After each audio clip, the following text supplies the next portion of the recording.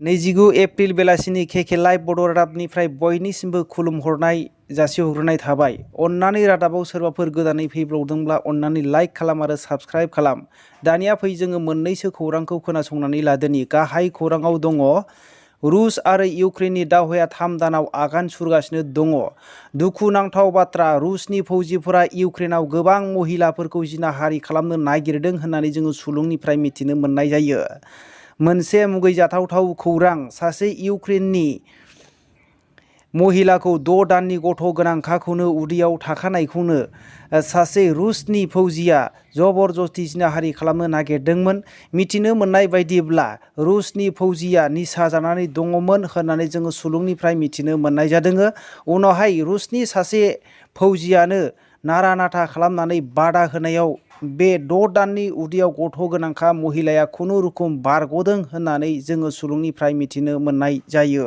सानै आसाम पुलिसाव हाबनो थाखाय डुप्लिकेट सार्टिफिकेट लानानै फैदोंमोन। फिजिकेल एफिसिएन्सि टेस्ट जाखानाय सार्टिफिकेटखौ लानानै बे सार्टिफिकेटखौ पुलिसफोरा गोबांथार नायनायनि उनावहाय डुप्लिकेट नुनायनि जाहोनावहाय मोजाङै नायबिजिरनायनि उनावहाय लास्टआव मोनहैनो हादों बिसोरो बे सार्टिफिकेटआ डुप्लिकेटसो। डिमा हासाव पुलिसफोरनि फोरमायनाय बायदिब्ला बिसोर सानैखौ दा हमनानै जोबथेसालियाव दैथायहरबाय आरो बिसोरजों लोगोसे सोर सोर लिंक दंबावो बेखौबो नायबिजिरगासिनो दङ होननानै जोङो खौराङाव मिथिनो मोननाय जायो।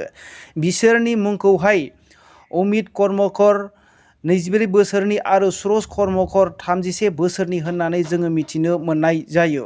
धुल्ले महाराष्ट्र सांगिर गामियावहाय गंसे स्कर्पिय' गारियावहाय 7,13,600 रांनि 89 थुंग्रि मोनदों आरो गंसे जं मोनदों होननानै मिथिनो मोननाय जादों। गंसे स्कर्पिय'आवहाय 4 दुथां सुबुंफोरा लाबोबाय थादोंमोन होननानै जोङो सुलुंनिफ्राय मिथिनो मोननाय जायो। दा 4खौबो हमनानै जोबथेसालियाव दैथायहरबाय होननानै जोङो मिथिनो मोननाय जादों। पिपिएल दोलोआ बिल्ला प्रसाद ब्रह्मखौ 38 नं भैरबकुन्द बियाबनि अर्गानाइजिं सेक्रेटारि बिबाननिफ्राय बोख्लायनाय जाबाय।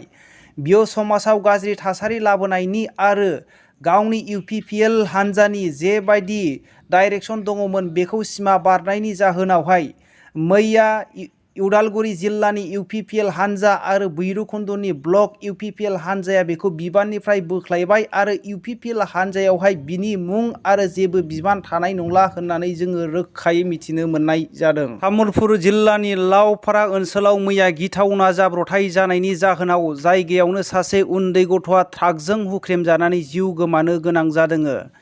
मिथिनो मोननाय बायदिब्ला बे हिन्जावसा गथ'नि बैसोआ 9 बोसोरल'मोन। मुंखौ जोङो प्राज्ञा प्रभबती होननानै मिथिनो मोननाय जादों। मिथिनो मोननाय बायदिब्ला उत्तर गुवाहाटीनिफ्राय तामुलपुरावहाय बिमा बिफाजों हाबा जानो फैफादोंमोन। बे समावनो लामा बारस'नाय समावहाय ट्राकजों हुख्रेमजादों होननानै जोङो मिथिनो मोननाय जादों। उनावहाय ट्राकनि ड्राइभार आरो ट्राकखौ हमनानै पुलिसफोरनि आखायाव ओनसोलनि सुबुंफोरा गथायनानै हरबाय होननानै जोङो मिथिनो मोननाय जादों। डियार नाब्ला रन्जन दैमारि सारा जोबथेसालिनिफ्राय गयोब्ला मिस्टार गबिन्द बसुमतारी बोराया मासिया 100% थानाय नङा होननानै गोबां एक्स इन्डिफोरनि खुगानिफ्राय बुंनायखौ जोङो मिथिनो मोननाय जायो। जेरै ओस अन्थाव उफ्रि दैमारि साहाब मोनहा बेबायदि फोरमायदों। बिनिखायनो दिनैहाय गबिन्द बोराया जेबो रिक्सखौ लाया आरो गावबो रिक्स लाया आरो गुबुननि सिगाङावबो खौरांगिरिफोरनि सिगाङावबो बेबायदि बुङो। बिटिआरनि गोरोबथाजों आरो एक्स इन्डिबिफोरनि गगनजों जेबो सोमोन्दो गैया होननायावहाय गोबांथार एक्स इन्डिबिफोरा दुखु मोननायजों फोरमायो। दिनैहाय गोबांथार एक्स इन्डिबिफोरा जोबथेसालियाव जोबजानाय सुबुंफोरा गोबां बेमारजों साग्लोबनानै खस्थ'आव भुगिनानै दङ होननानै जोङो मिथिनो मोननाय जादों।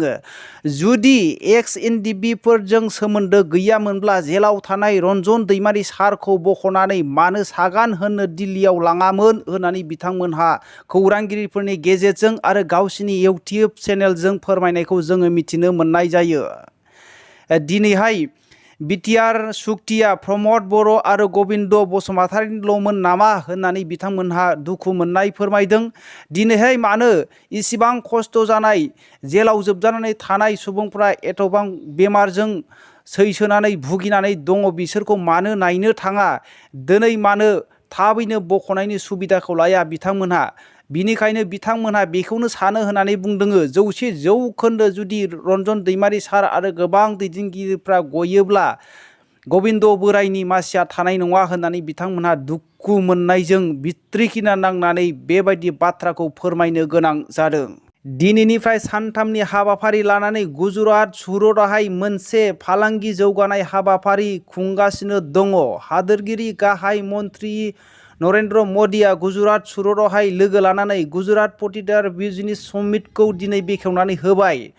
नरेन्द्र मदि बिथाङा बेबायदि फोरमायदों दि बेल' गायसननाय जानाय नङा, गासै भारतनि गंफ्रोमबो जिल्लायावनो मेडिकेल कलेज गायसनजोबगोन आरो 10 बोसोरनि गेजेरावहाय भारतआव डक्टरनि आंखाल जानाय नङा होननानै बिथाङा फोरमायनानै होयो। दिनैनि रादाबा एसेनोसै। रादाबखौ जोबनायसिम खोनासंनायनि थाखाय गासैबो आंनि खोनासंग्रा आरो साबस्क्राइबारफोरनिसिम रोजा रोजा साबायखर बावनाय थाबाय। जै बर' हारिनि जै।